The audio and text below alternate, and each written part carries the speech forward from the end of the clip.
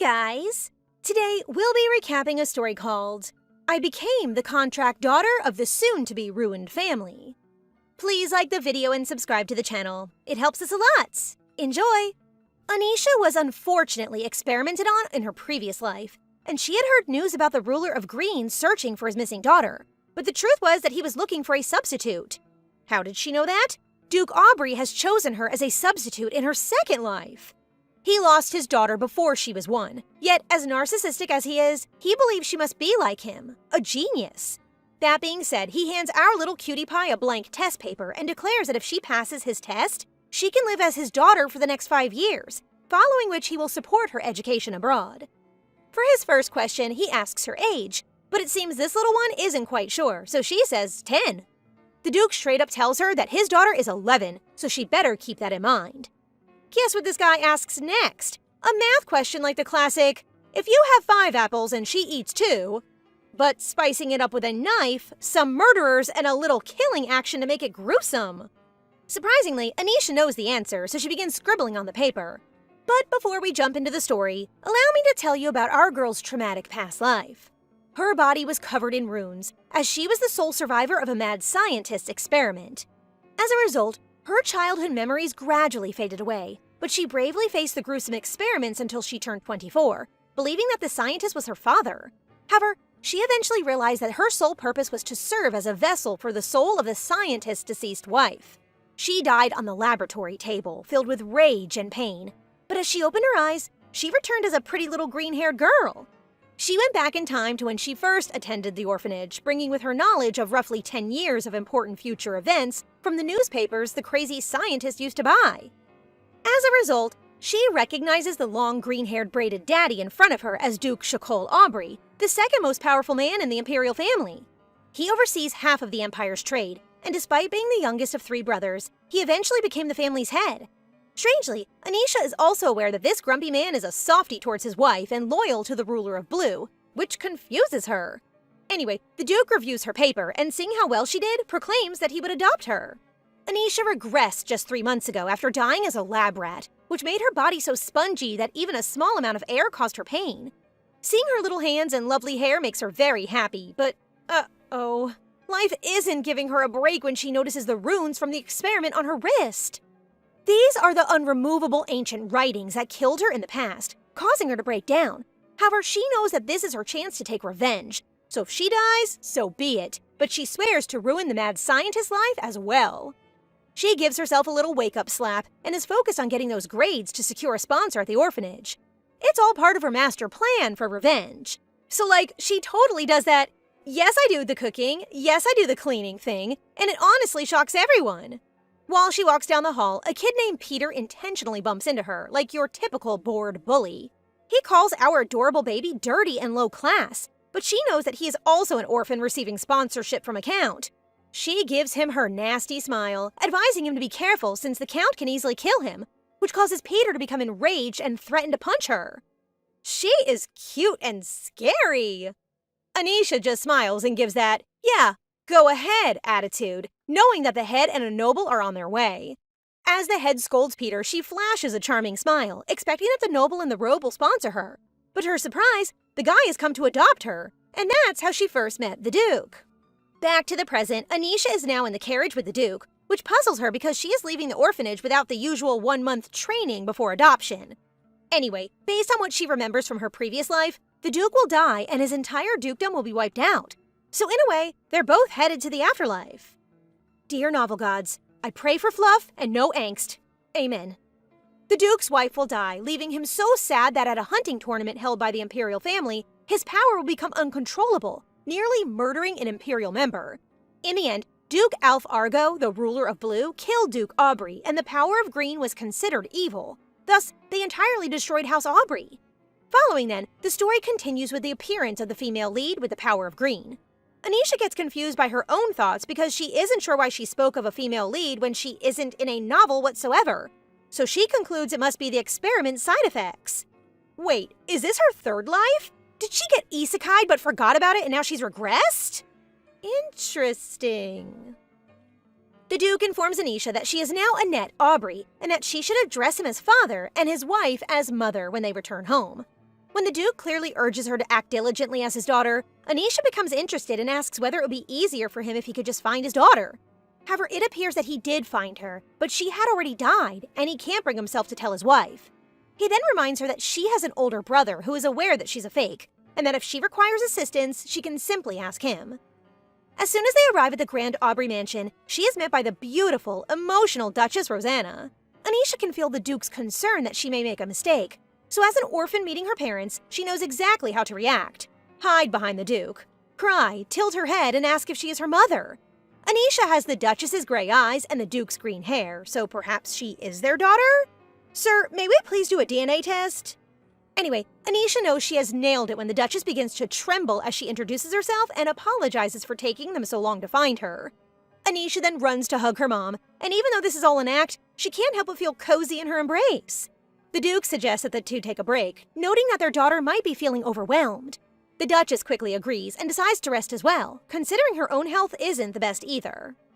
After that, the Duke becomes concerned that Anisha actually cried, prompting her to cross her arms and declare that it's all part of her sweet, innocent, and genius act, which truly surprises him. He then lets the servants know that his daughter has arrived, so they should take great care of her, ensuring she has not a single scratch on her. I'm so glad to hear that he intends to provide her with a dream life, even if she isn't real. Marie and Gold introduce themselves and warmly welcome her back to the manor, so she thinks everything will be fine. But whoopsie, she is now screaming and refuses to allow her maids to assist her in bathing because she's worried that if she removes her clothes, they'll notice the cursed pattern. As a result, she pretends to be a sweet girl and confides in them about her embarrassment, which convinces them to just prepare her bathwater. As she relaxes in the bathtub, she realizes that she must find a solution to completely hide the marks. Suddenly, she recalls the chameleon slime, invented by an eccentric scientist. When applied to your skin, it adapts to match your natural skin tone, just like a chameleon. However, it won't be ready for a few years. She cannot wait that long, so she plans on tracking down the scientist to speed up product development. During the dinner, Duchess Rosanna lovingly calls Anisha Annette and asks if she likes the food. Anisha smiles and tells her that the food is incredibly delicious, which excites the Duchess, prompting her to offer desserts. Since everything is delicious, Anisha happily eats until the Duchess calls for her attention and asks her to call her mom. The Duchess expresses her regret about the time they missed together, but she still likes hearing Anisha call her that. Anisha then quickly calls her mom, which brings tears to the Duchess's eyes. The Duchess then tries to convey her feelings, but she starts gasping for air and coughs blood. They better not kill Mommy! After observing everything, Anisha realizes that the Duchess is in worse condition than she initially thought, prompting her to consider helping. She then instructs Marie to prepare hot water, sugar, and rioa powder. Anisha explains that Marie should lightly toast some rioa leaves in a pan before grinding them into a powder. Although rioa is a common weed found everywhere, preparing a complete remedy requires meticulous attention, yet it has a calming effect. Inside the room, the Duke is worried about his wife, while the Duchess is more concerned for shocking their daughter earlier. Nothing to worry, ma'am, as the little cutie pie shows up smiling and excitedly sharing that she has brought her some medicine. However, when the Duke notices that the mug she is holding seems suspicious, he yells angrily at her while Anisha simply smiles, reassuring him not to worry, claiming that she's a genius too, just like him. Don't scream at the baby, like seriously! Of course, Mom joyfully takes the medicine since it's the first time she's receiving something from her daughter, and she happily sips it. As Anisha closed the door behind her, her heart races. The Duke's earlier scream bringing back memories of when she was experimented on. She finds herself lost in her thoughts, but when her maids call for her, she smoothly switches into her acting mode, giving them a playful wink, and explains that she is just shocked at being scolded by an adult for the first time, all while masking her underlying anxiety. I mean, the drink did appear strange, and if a kid gave me that, I'd assume it was toilet water, so I'll forgive the Duke just this once. Meanwhile, the Duke notices that Rosanna's cough has stopped. She breathes easier, and she no longer feels cold, which surprises both of them. He then wonders if the drink really does work, or if it's a coincidence. The Duke feels guilty for putting both his wife and Anisha in the scenario he created for them. He blames everything on what happened 10 years ago, when there was an anti-noble movement because of the former dictator-emperor who enjoyed pleasure in war. He pushed regular citizens into the military and raised taxes only for the purpose of increasing his wealth, prompting the nobility to raise their taxes on their servants. Due to the ongoing conflict and rising taxes, folk aren't as intimidated by the nobles anymore, which has caused some nobles to take drastic measures, like resorting to violence to instill fear. This sparked a widespread rebellion, and ordinary people resolved to use child kidnapping as revenge so that elites would also feel the sorrow of losing a child. Over time, the number of lost noble children rose, and House Aubrey was one of the victims. During the crisis, a marquess who discovered his only son had died organized a rebellion, and the nobility put the young prince, who was barely in his teens, on the throne. With the fall of the tyrant, some of the missing children returned, but Duke Aubrey's daughter and Duke Argo's son did not. Not long after, House Argo discovered his lost son, so Rosanna regained hope that their daughter was still alive. But Duke Aubrey lacked the heart to inform her that their daughter's burnt body, together with the necklace they gave her, had already been discovered. To see his wife smile again, he chose to hide the truth. So when he discovered a child with green hair about his daughter's age, he grabbed his chance. He almost believed that Anisha was their daughter, but he repressed the thought since his daughter's eyes are purple, much like his. And unless she had been experimented on, her eyes would not change. Sir, I know this sounds wild, but she was. Oh my gosh, that last line proves she's the real daughter. Anyway, the Duke is startled to learn from Marie that Anisha came up with the remedy. And when Marie adds that the little girl appeared scared after being scolded earlier, he feels terrible. He admits it's annoying, but also wonders what kids prefer nowadays. And ta-da! He showers Anisha with sweets in the middle of the night. With furrowed brows, he asks as to how she's feeling, leading her to suspect that he is a tsundere trying to apologize to her. In which case, she expresses gratitude with twinkling eyes and a smile. He suddenly freezes, so she tries to test her theory by complimenting him more, and the Duke blushes and appears quite proud of himself. Oh, I know their relationship will be so much fun. The next day, Anisha realizes that her current situation makes it difficult for her to contact the eccentric scientist, so she decides to inform the Duke of a business proposal to make money. What business? She plans to take the mad scientist's future creation. Each magic stone has only one attribute, so if it is infused with fire energy, it will become a fire magic stone. You get the idea. However, no one knows that with a little manipulation, you can fuse two different magic stones to create a fusion magic stone, which is what she intends to tell the Duke. As she walks to the Duke's office, two maids decide to trip her on the floor. They chuckle, thinking that for a kid who grew up in an orphanage, she should learn to hold her head high. But after everything Anisha has been through, this bullying doesn't even faze her. When she suddenly asks if she stinks and the maid replies yes, she says she will tell her father exactly that, along with the part about leaving House Aubrey since they don't want to serve an orphan like her. She then gives a cold voice and an evil look, asking if they see her as a pushover. I love it when she drops her mask. Go, girl! The maids are upset, claiming she might be a fake, but Anisha's not about to waste her time arguing. She's just going to tell the Duke that they're questioning his actions, which makes them kind of awkwardly apologize. Nuh-uh, there's a right way to say sorry. So with her cute little face, she's like, should I keep looking up at you guys? This just makes the maids super mad because it means they have to kneel down to her. As they should. As they kneel down, our cheeky girl walks away, stating she would still report this to her father because who said she forgives them? So small yet so evil. Love her. The truth is that she is simply scaring them, but she's not going to inform the Duke about it because he might see her as a troublemaker. Anyway, she walks to the kitchen and meets the sous chef, which prompts her to make a deal with him. He lets her use the kitchen in exchange for her telling him the secret to making cheap meat taste like Michelin. This secret comes from a barbarian who will visit the Empire in 3 years. But hey, it's one of the perks of being a regressed lady, and she plans to use it to gain points from the Duke.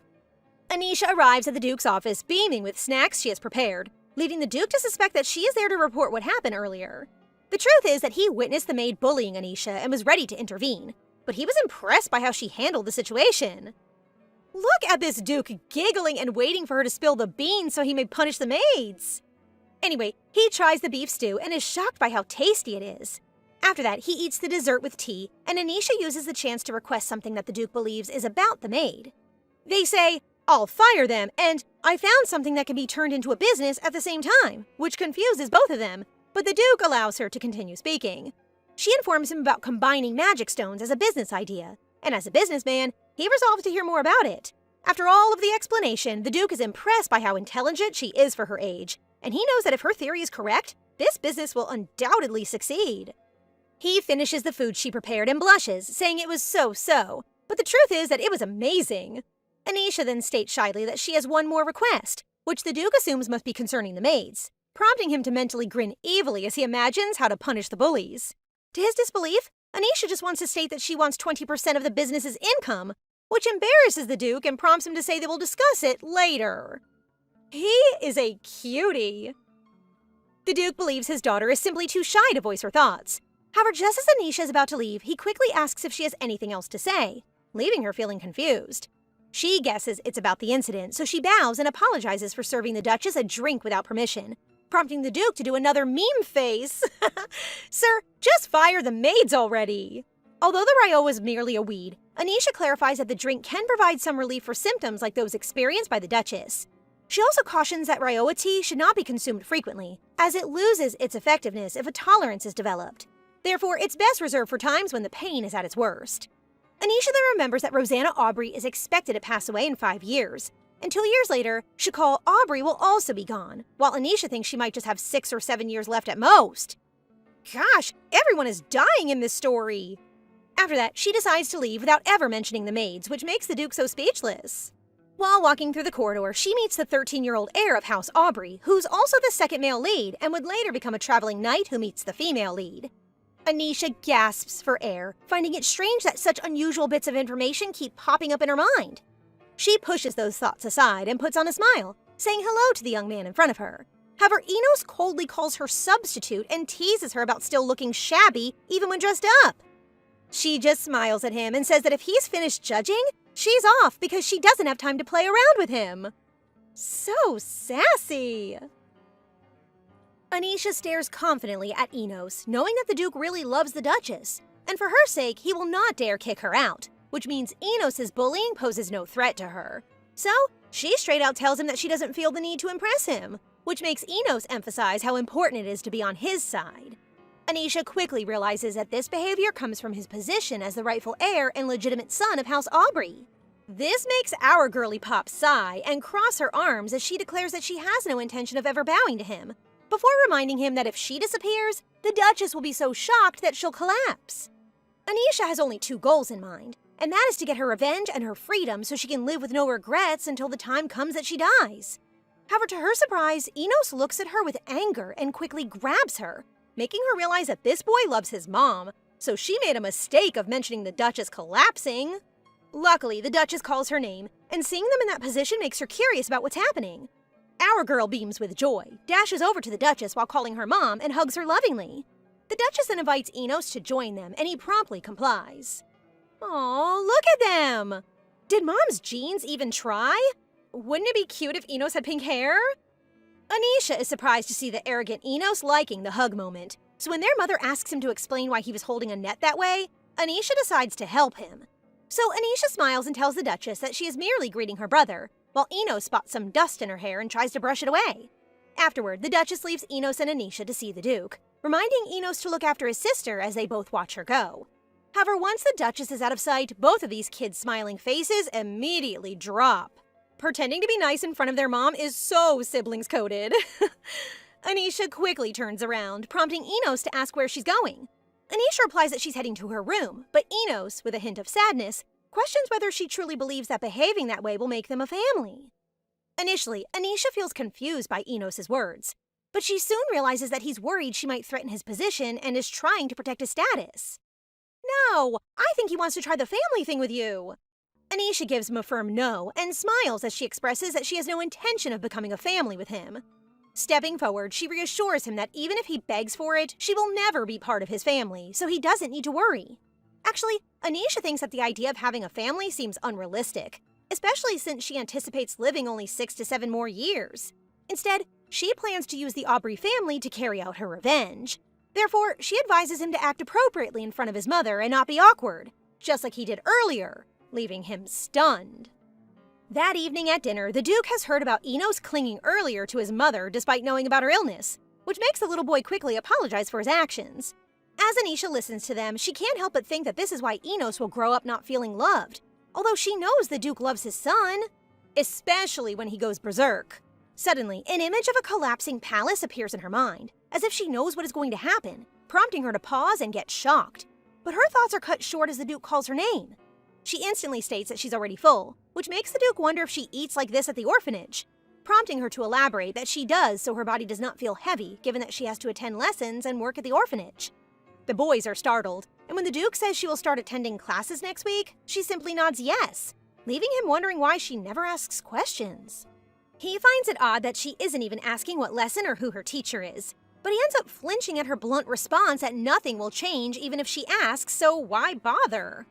That is a broken child right there. She is refusing to become attached. Anisha then asks if she can go sightseeing, but she quickly retracts her statement, prompting the Duke to respond that he has no problem with her request, although he is busy today and suggests maybe tomorrow instead. She becomes confused, so the Duke grumpily repeats what he said again, and this time she realizes what he wants from her. Look at her lips quivering, but here goes nothing. She uses her cute face to ask him to take her to the capital, and indeed, this is exactly what the Duke wants, since look at him blushing and accepting her request. Anisha looks behind her and sees her not-so-big brother pouting and clearly jealous of her. He looks adorable here, though. After their meal, Enos continues to follow her, expressing his frustration that his dad has never taken him to the capital, which is beginning to irritate Anisha, so she decides to clear up the misunderstanding. No, Enos is such a baby who needs some love. She knows the Duke loves Enos, well, in his own way, and she intends to prove it to him the day after tomorrow. She urges him to meet her at the pond after breakfast so that she can show that he has no need to be jealous of her. Now that she's in her room, she intends to make sense of all this male and female lead thing, since she can't get it all out of her head. She has an idea about Duke Shakal's future from the newspaper she read earlier, but it does not focus on his struggles or his difficulties with trusting others. Just like earlier, she's puzzled about why she feels so sure that the Duke loves his son. Out of nowhere, a sparkling magic circle emerges from the cursed tattoo on her wrist, and before she realizes it, she finds herself in a bright white space, almost like a whole new dimension. She then hears someone giggling, so she quickly checks to see where it's coming from, and is surprised to see a pitch-black kid. He happily introduces himself as the administrator and lets her know that she's in the record library, a special place that only he and she can access. Behind Anisha, there's a big stack of bookshelves, and suddenly, a black book floats towards her. Curious, she decides to read it, and it turns out to be a diary revealing that the author lost to a scam and tragically died after being hit by a bus.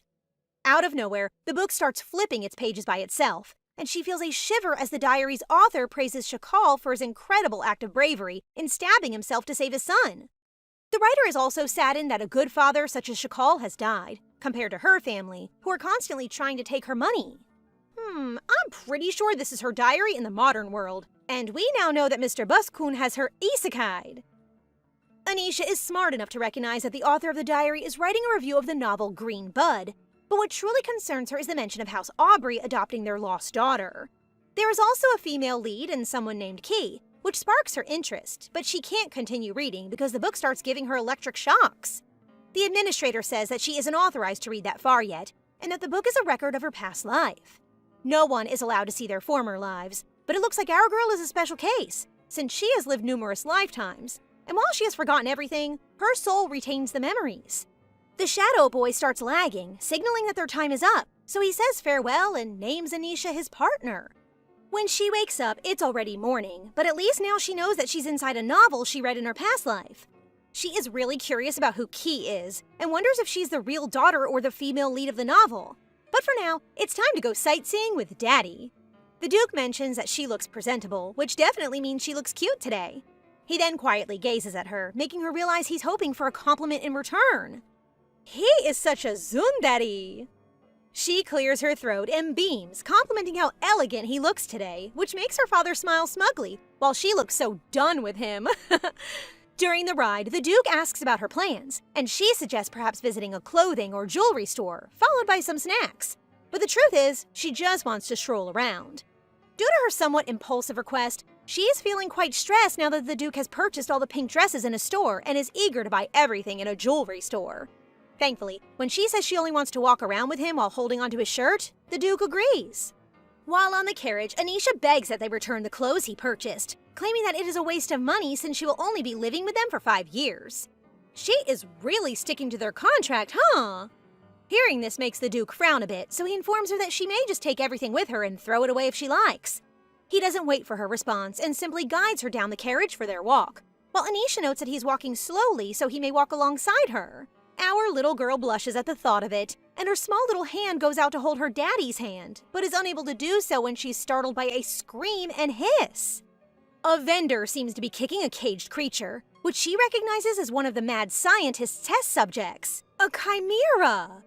Aw, that's such a cute little kitty! The poor little kitten is actually a prototype of chimeras that the mad scientist will create for killing.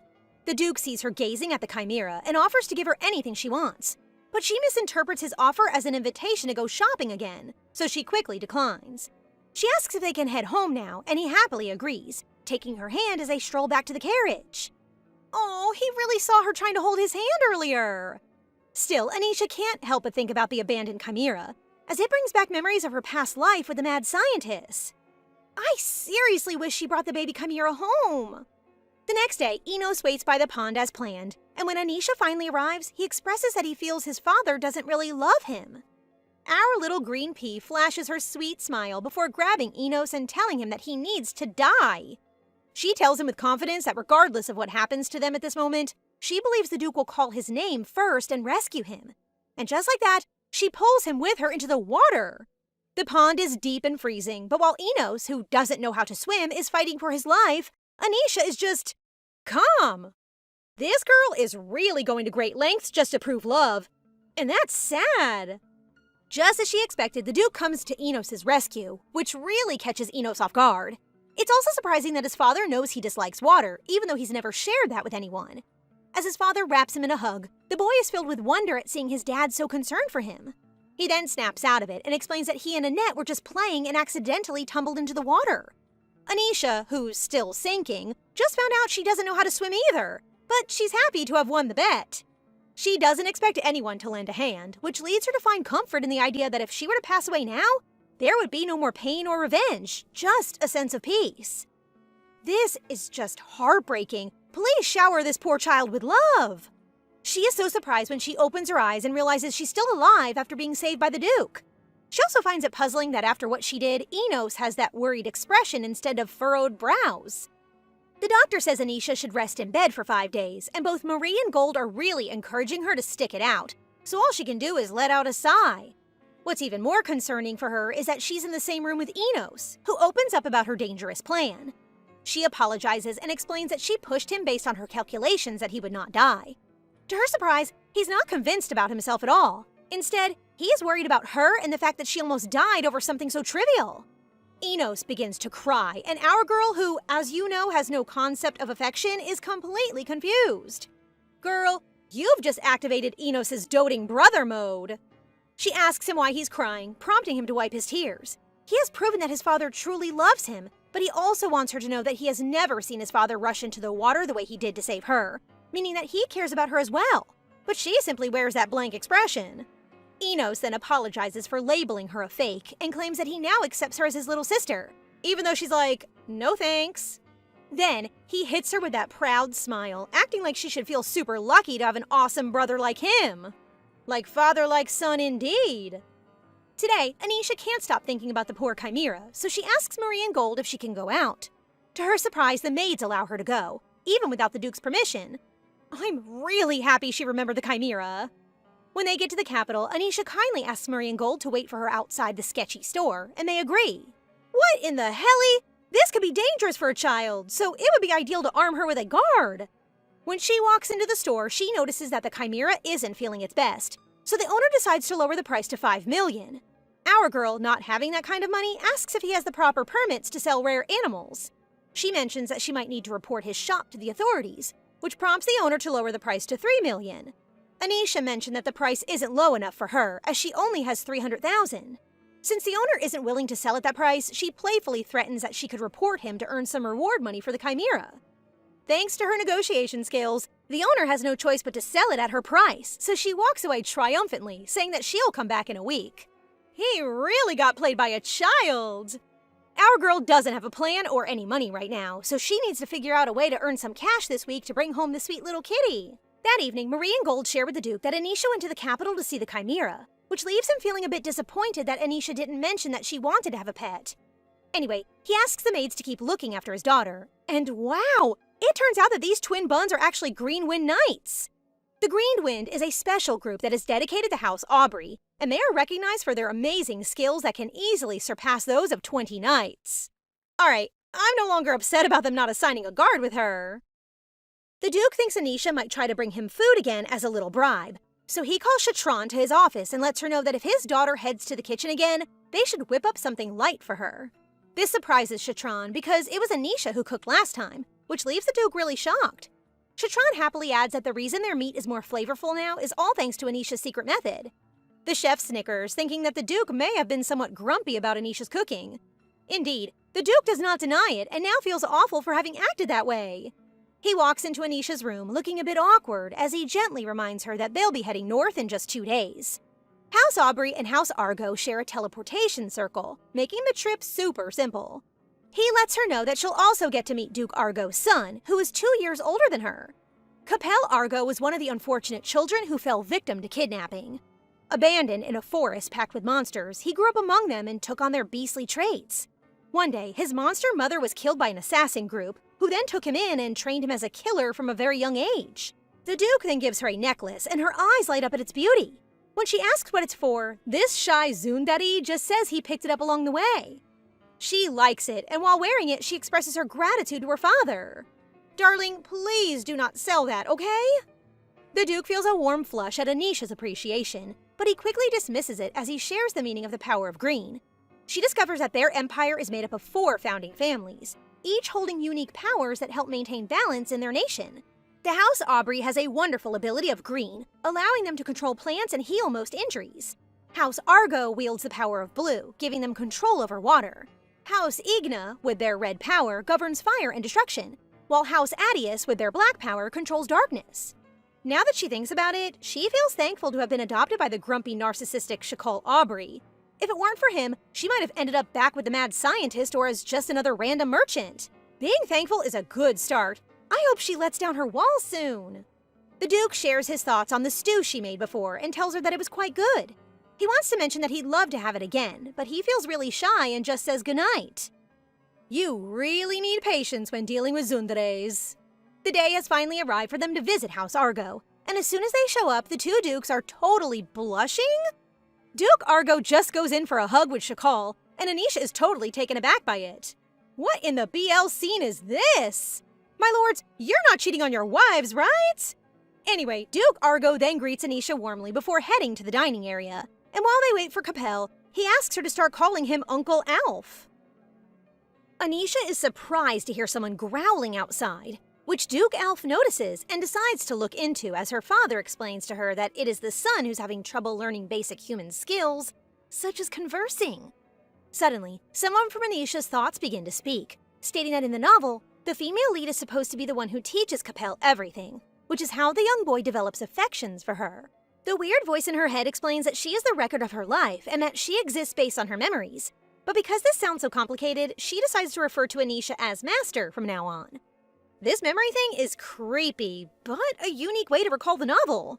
I'm also curious about the female lead. Is it Anisha herself? Duke Alf then enters the room, carrying his outraged and screaming son. When he sets him down in the chair and he continues to holler, his father has no choice but to assert authority, which causes his son to become surprised and eventually silent. However, Anisha believes that this disciplining method is wrong, so she approaches him and smiles as she suggests that they eat somewhere else together. She sits on the floor and eats her bread, which draws his interest and encourages him to join her. Seeing the kids bring tears to Duke Argo's eyes, it's the first time he gets to witness his son smile. You can bet that Capel will scream in pain when he bites into the piping hot roast chicken that he's holding. Yup, he did, and now he's throwing tantrums again, which leads Duke Alf to almost scold him, but Anisha stops him. She shows the best way to comfort Capel is by expressing her affection, so she gives him a hug and gently pats his back, which works wonders. With Capel now calm, Anisha settles into her chair and the little boy happily follows her. Just like that, dinner time becomes a peaceful moment. Both kids are now in the library and Anisha pretends to be reading when in reality, she's looking for a way to remove the ancient text on her arm. She may have accepted that she'll die soon, but it does not mean she has given up, and she believes it would be nice to live peacefully with the support of House Aubrey. Speaking of House Aubrey, the record book announces that House Aubrey is doomed to fall apart beginning with the Duchess's death. After that, the Duke will go insane, and Enos will be living on the streets, marking the rise of the female lead, Shakina Aubrey. Hold on, I'm sure Anisha is the real daughter. Then who is this Shakira? Shakina, I mean.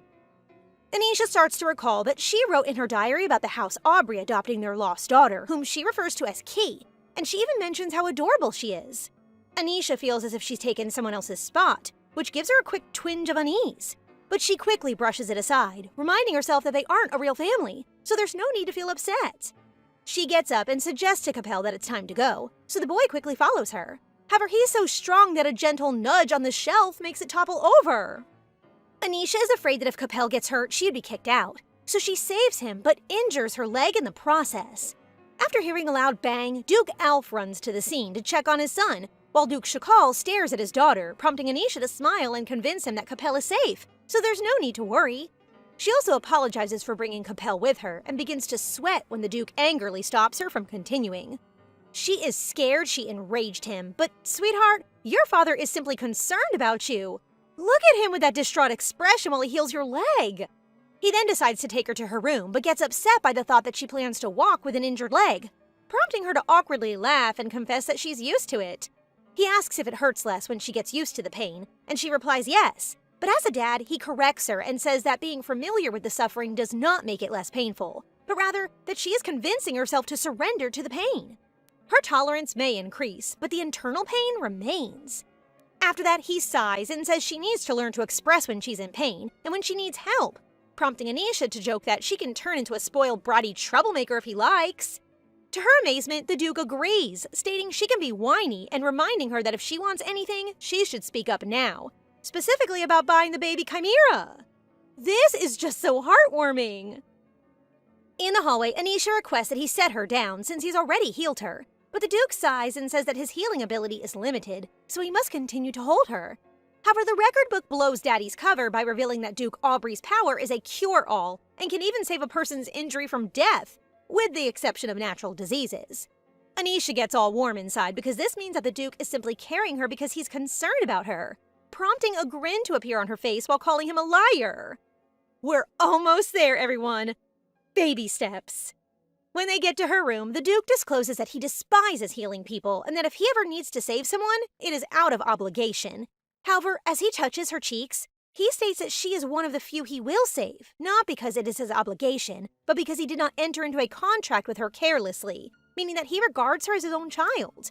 He then reminds her to tell him whatever she wants because he's a perfect, gorgeous man with money, which just ruins the moment for our girl. I mean, he's trying.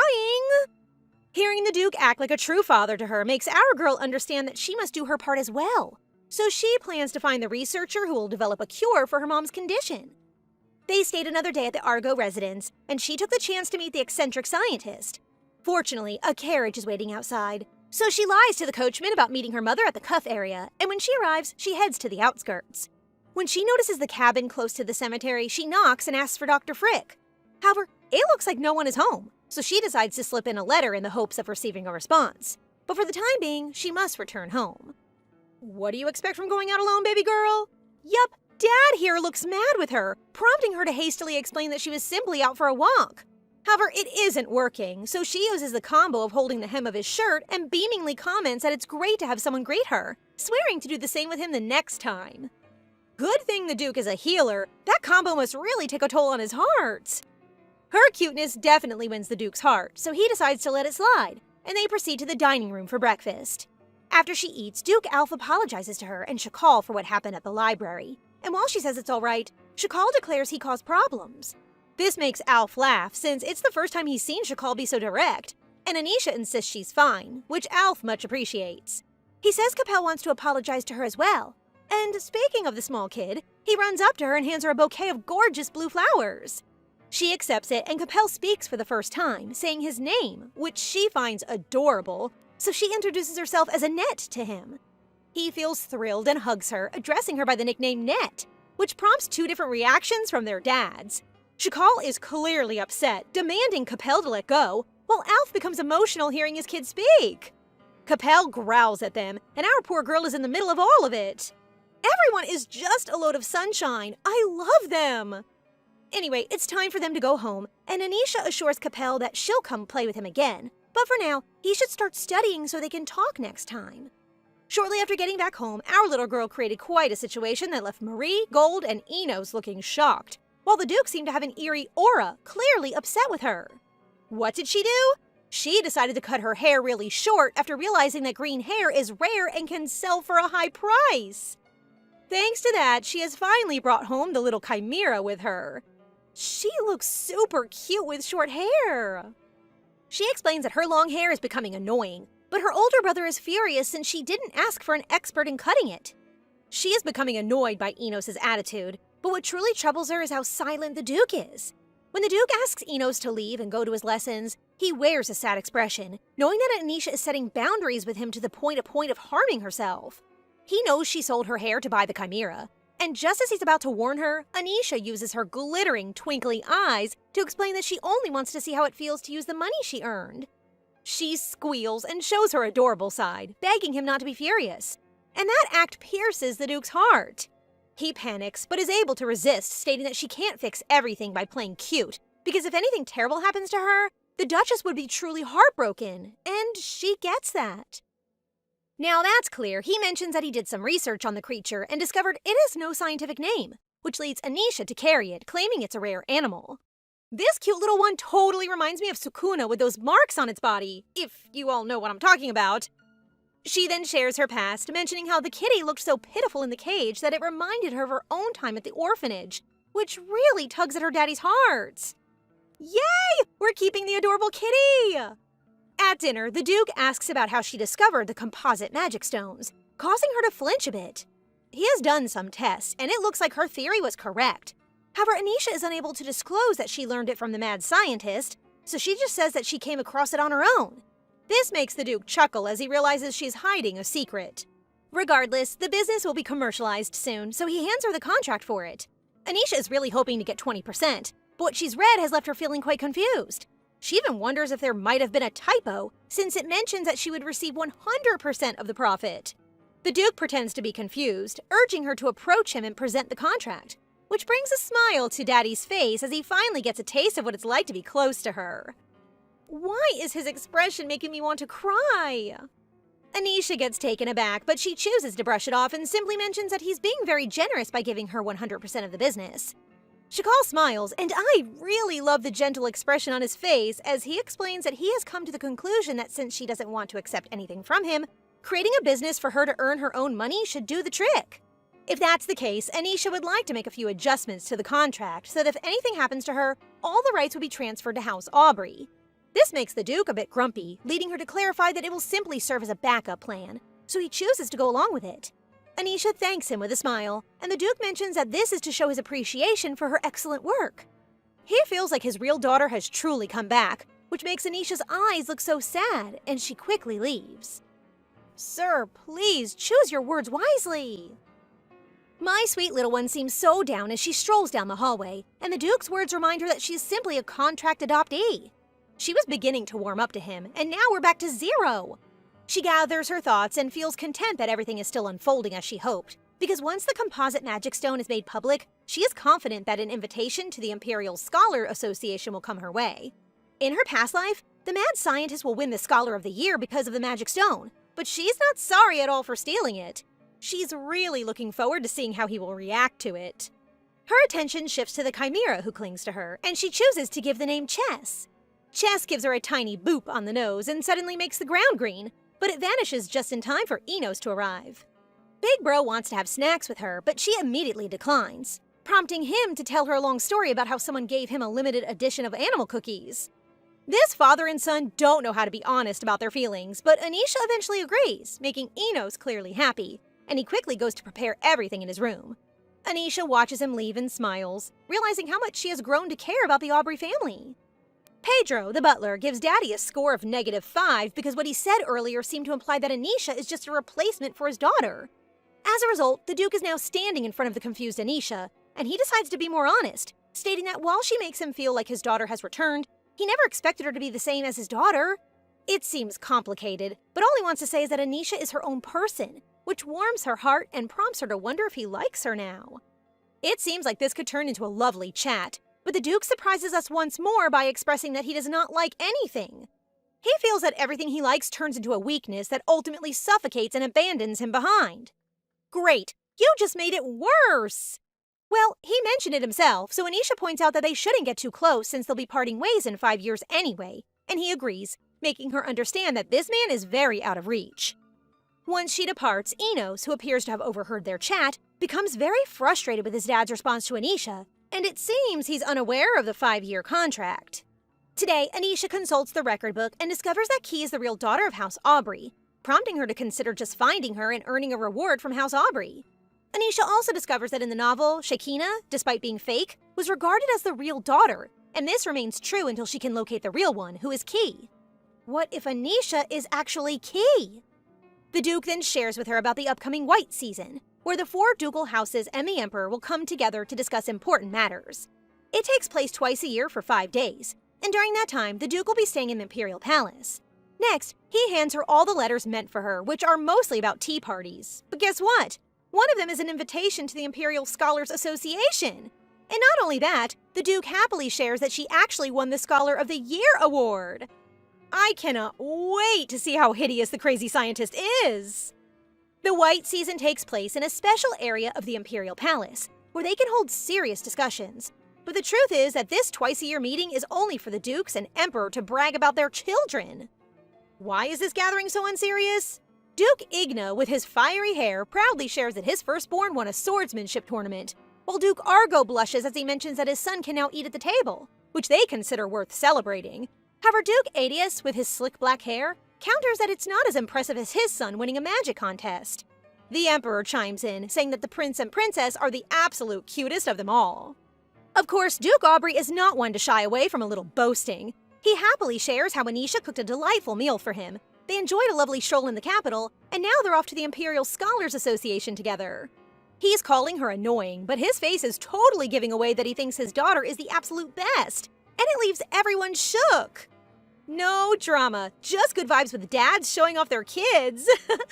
They then receive a report that a guest has arrived, whom Duke Shakal asks to be sent away since they're in the middle of a so-called meeting. However, when he hears his daughter's voice, he quickly rushes to her, surprising the other dads who see him so shaken for the first time.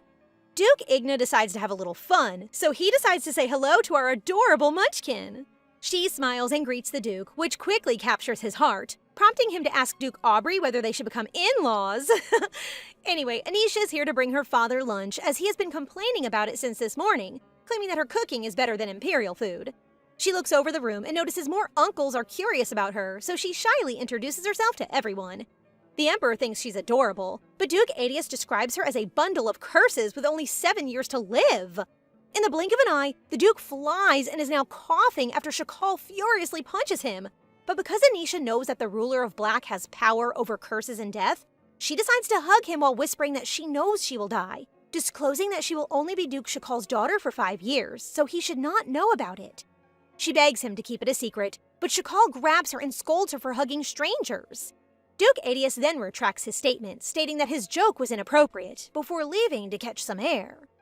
Anisha follows him to express her appreciation for keeping her secret. She mentions that she knows he's searching for his twin brother, and thanks to the record book, suggests that he should check the Red Rock Mountain. House Adius has a rather harsh tradition where, when twins are born, the weaker one is sadly chosen for sacrifice. She feels relieved that someone is aware of her curse, so with the help of Uncle Shady, she asks if he could lend a hand to her someday too. Our girl is collecting uncles like Pokemons. And that's it for today, guys. What did you think? As always, don't forget to like the video and comment for the next part so we know you want more. Remember to subscribe and turn on notifications for updates. See you in the next one!